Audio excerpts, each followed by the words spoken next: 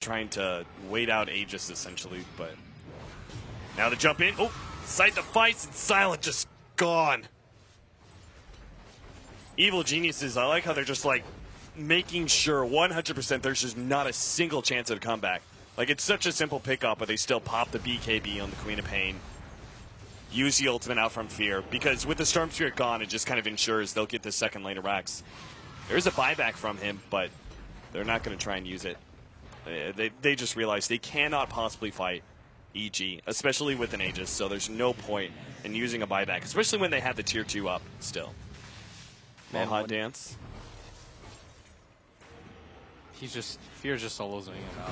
Yeah, now, ooh, two-man Fisher. Slow things down. They're going to try and pop some ale, but AUI is there, and he's ready to go with the black hole at any point in time. Silent needs to try and avoid that one. The Witcher's Curse actually controlling him. Nice blink to the side from Resolution, actually dodging that black hole, but Yoki will die on the left-hand side to Fear, who's going through support after support. Now, they managed to finish up the Enigma, but Fear is still a massive problem. He's still trying to chase down, always want to fly. Has Shellgrave up in a second, but it's just not up in time. Aloha Dance is having to deal with the illusions of Fear, bringing him quite low, and now Fear himself comes forward. He's got that ultimate, not afraid to use it on the support. Resolution low on mana now.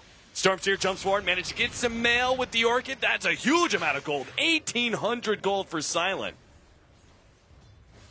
But does it make a difference? They just can't kill Fear. He's got an Aegis, a Butterfly. He's not even using his Manta. He's not even saving his ultimate for the Mana Void for the Storm Spirit. He just recognizes that he's pretty much unkillable at this point in the game. And EG, I mean, Empire's a top 10 in the world team. Maybe they're not looking at it like this international, but EG just dominant when they want to be. Empire. Very little mistakes in the first 15 minutes, but it only seems to take one against a team like Evil Geniuses. Take advantage of that mistake and really push it to the max. I'm going to pass it off now to the analysts to see what they think about Evil Geniuses and the way they exploit those errors. All right, thank you very much, Cap. I mean, we can jump off of Cap's question, I guess, right away. EG, exploiting other people's errors. I'm definitely very good at that. Definitely a team that takes advantage of the opportunities that are presented every time they come up, and that's why they're definitely one of the top-tier teams or favorites coming into TI5. What do you guys think? I mean, EG, strong performance. Yeah, Well, it is really that simple for this game, because they were not really the aggressors for the early part of the game, because that's not what their lineup could do. So they were basically playing a very good defensive game. On the few, in my opinion, too few occasions that Empire went for plays, they got counterplayed pretty well by EG, and they bought time. I think the really crucial point in this should not have happened for Empire. Like, let's be honest, Empire actually, the game plan was coming together. You know, we've had doubts as to how good they would be, but they managed to get towers early. They managed to get really good farm on Shadowfiend and on Storm, and then they gave away Roche. They didn't realize it was happening. I have to think they didn't realize that, because Sumail used Sonic Wave for a kill, and the person he killed respawned, and that means the Sonic Wave on cooldown for another minute and a half. Right. And they managed, while Sonic Wave was on cooldown, they went and killed Roche. Maybe Empire were just like, there's no way they do it, because Sonic Wave is on cooldown. If a fight breaks out, they're a lot weaker. If they had identified that and taken the fight at Roche, the game is probably theirs, right? But it's a really big swing. They get to play with a lot more confidence because they have the Aegis on Fear, and just buy a lot of time. And in addition to that, I have to mention it because it's my favorite thing to hate this TI. Storm Spirit went Bloodstone first, again. And you know, that's the build my friend taught me when I first learned Dota 2-3 years ago. Yes. Is he still your friend? We'll talk about that later. Okay. All right. This game, they're playing a map control lineup, right? They have Night Stalker, they have Storm, and they have a farm Shadowfiend. They want to pressure the map and disallow the Anti-Mage from getting into his jungle and farming. If they have an early Orchid on Storm, say minute like 14, 15, I think that's when he could have had it. They can put so much more pressure because the Night Stalker and Storm can just kill anyone. But instead, he goes for a little bit more of a farm build-up. That's exactly playing into EG's hand. That's what Fear wants. And as Ben said, the nice thing about the Bloodstone is then the Mana Void does 500 more damage. So, you know, I really disagree with that choice. I know I'm harping on it a lot, but I think especially in this game where it's definitely the game plan for Empires to play aggressive, they have to itemize aggressively too, so that they can accomplish their game plan. And the Midas. The Midas too. Yeah. Which hero went minus? Night Stalker? The Night Stalker, yeah. Yeah, I definitely, yeah. He went Night Stalker building into Ags. I also don't think that was that great of a build this game. Night Stalker is generally great with Midas because you don't farm so well and you want to become relevant mid-late game. But how about early high-impact items so that, once again, you can gank and take the objectives? Maybe a Vlad's, maybe an early BKB, you know? Maybe, I mean, yeah, you say you're harping on it, but oftentimes it does sound like for very good reason. We can continue talking as we take a look at one of the highlights. Of course, this one, I believe, where EG wipes Team Empire. But going forward, let's talk about that a little bit. Why do you think we're seeing that? I mean, I'm just going to assume Habit come up from so many different teams, but it's not just Empire that's been doing that build on Storm, or let alone just on other heroes too, always aiming for the late game build. It's just a safer build, I would think, just because people don't like to die very often. It's somewhat similar to like Dazzle maxing Poison Touch, or even putting any points into Poison Touch. It's an aggressive build, but if you aren't playing aggressively and you're just farming, it won't pay off at all. And again, you have to be like very confident that you can take fights. This fight, I actually thought Empire were doing very well at the start, but then NTMH kind of cleans up everyone. They started off with a kill on. They started off with a kill on Bounty, but and I thought EG's position wasn't that great because a few of them were sieging the tower and a few of them were fighting at the T3. But Empire is a little weak at this point. I also don't think that the first blood should have happened. It was a Queen of Pain versus Shadow Fiend matchup, and Sumail kills him very early on. And we've seen like Queen of Pain plus Spirit Breaker unable to kill Shadow Fiends, and I mean Shadow Fiend can't do anything in that sort of matchup. Like, you can go back to the jungle, but if you can't like feel safe about double raising out the lane versus a solo Queen of Pain, and then Bounty Hunter doing his thing, like, you're just gonna not have a great game.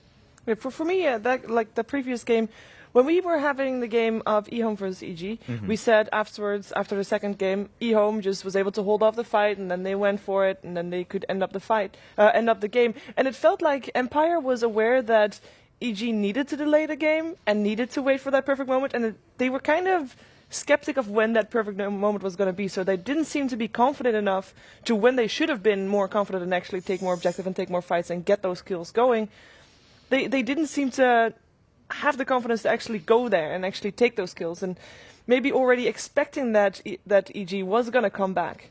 And that's very anti-Empire-esque, because normally they are the confident team, they are the team that finds the kills and keeps on fighting and then just rolls through. But it seemed like they were their own enemy in this game, and I think that like EG just plain out outplayed them. All right. Well, okay. So we had a bit of a different call here. So now waiting for game 2 here for EG versus Empire. I mean, do you think it's just their gears are kicking in really slow? Because you were saying, well, we saw progress from them, right? They did still get the early pressure they wanted, even if they didn't build for it.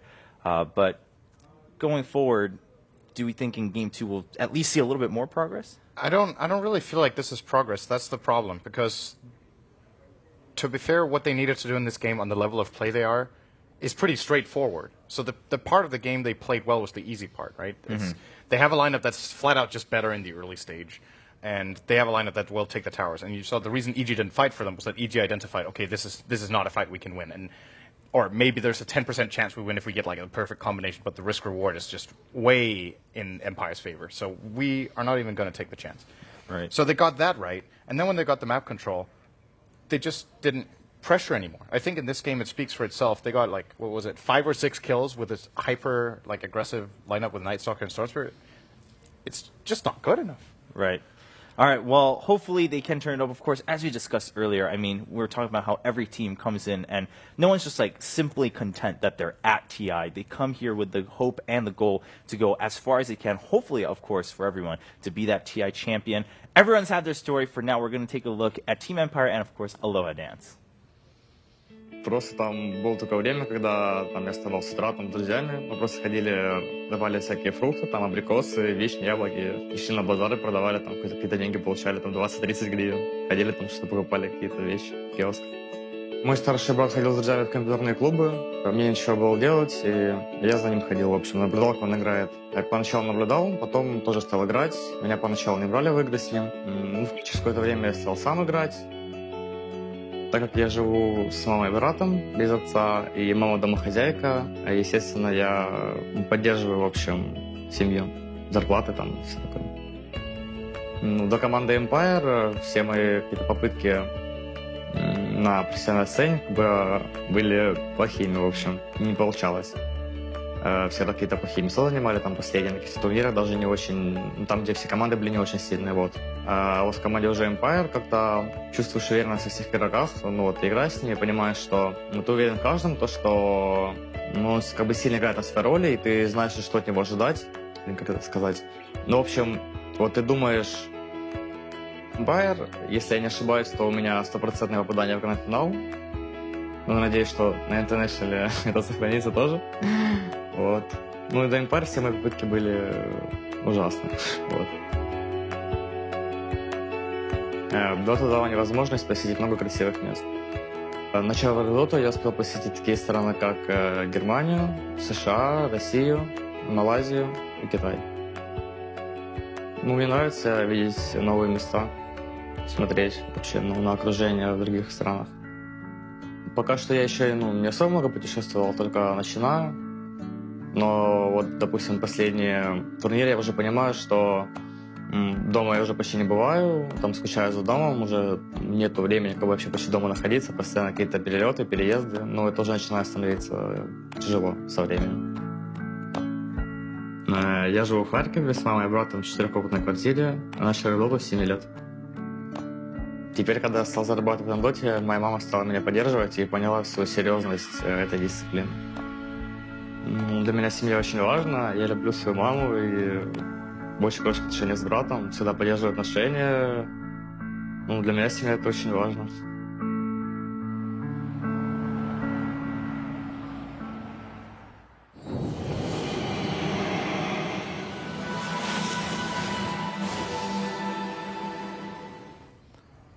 And there he is, Aloha Dance. You know, every time we watch each new video, I'm like, oh, well, that's a cool story. Oh, that's a very different angle. But every time, I feel like there's just another punch to it, another one that really hits you in the feels, as we like to say. I mean, Aloha Dance saying, I mean, to him, this is actually a very personal matter. It's not simply a matter of pride or ego or just wanting to prove that he's good, but it holds a lot more meaning just to him and his family. And I think, again, you can't really belittle anyone's motivations to come to TI and want to do well. Everyone's got a very solid reason or motivation to do so, the drive that gets them there, and hopefully we do see at least a much better showing from Team Empire regardless of result in this Game 2 versus EG. As you just caught a glimpse of it, the draft is already underway, and Undying coming out as a pick for Empire has slipped through now and then throughout the day, but this time turning out to be a first pick. Not entirely unsurprising to see Queen of Pain again picked up first for EG.